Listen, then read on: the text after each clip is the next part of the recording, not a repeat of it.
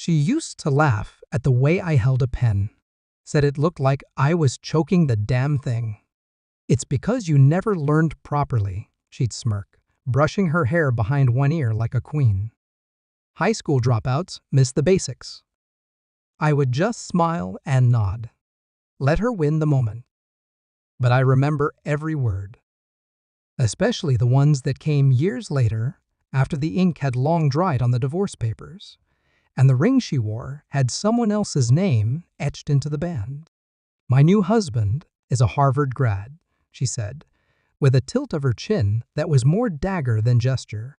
"A department head. Not like you." And I replied, calm as dusk, "Well, he's unemployed starting tomorrow." But that's not where the story starts. It starts 2 years after our divorce.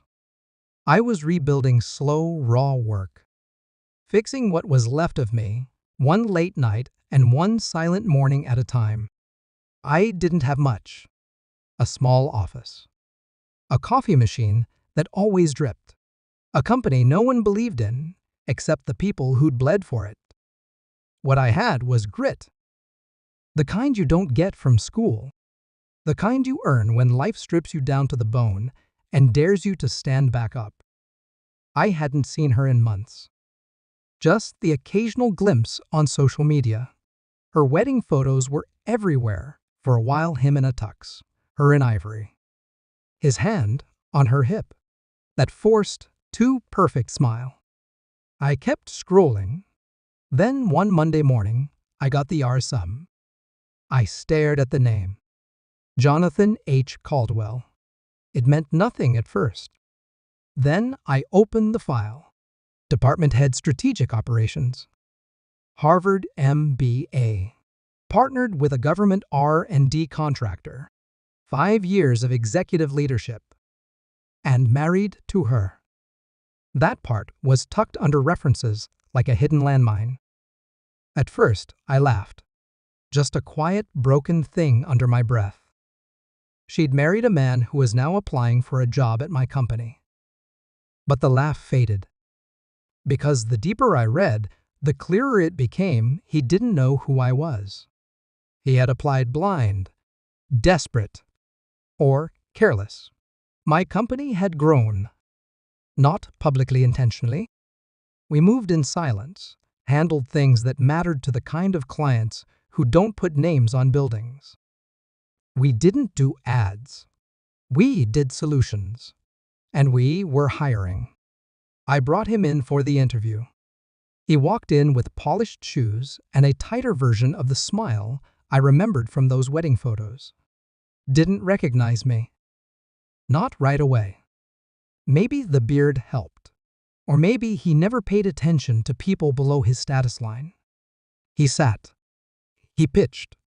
I listened. I let him speak for 20 minutes straight. All buzzwords and bullshit.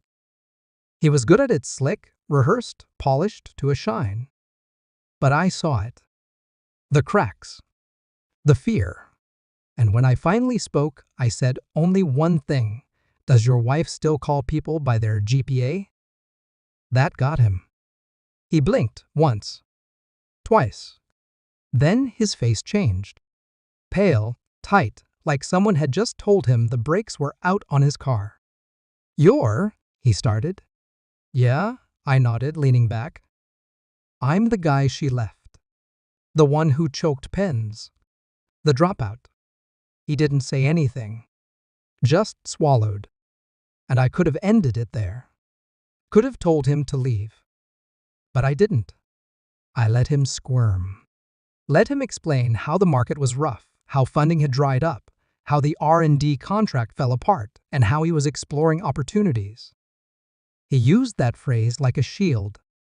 Then he asked if she knew. I tilted my head. "She will." That night, she called me. I let it ring twice. Then picked up. "Why?" she asked. No hello. No breath. Just fury, trying to wear a mask of grace. "Why would you do this?" "I didn't do anything," I said. He came to me. "You embarrassed him." "No," I said. I interviewed him. Professionally, didn't say a thing until he mentioned you. Silence. Then she said it, the line that brought everything full circle. You'll never be what he is. And I answered without hesitation, my voice low and steady. He's unemployed starting tomorrow. I heard the sharp inhale. The silence that followed was the kind you only get when the last illusion shatters. I built this company from nothing, I said. While you mocked me for not finishing high school, I was teaching myself at 3 a.m., bleeding into projects no one believed in. I didn't need Harvard. I needed failure. You gave me plenty. She hung up. That was 2 years ago. He never found work in our field again. Last I heard, he teaches night classes online. She started a blog. One of those healing journey types. I read a post once. It talked about betrayal, about masks people wear. It didn't mention names, but I recognized every wound. Funny thing is, I don't hate her. I don't love her either. She was a storm I survived, and I learned to build in the wreckage. Some people climb ladders.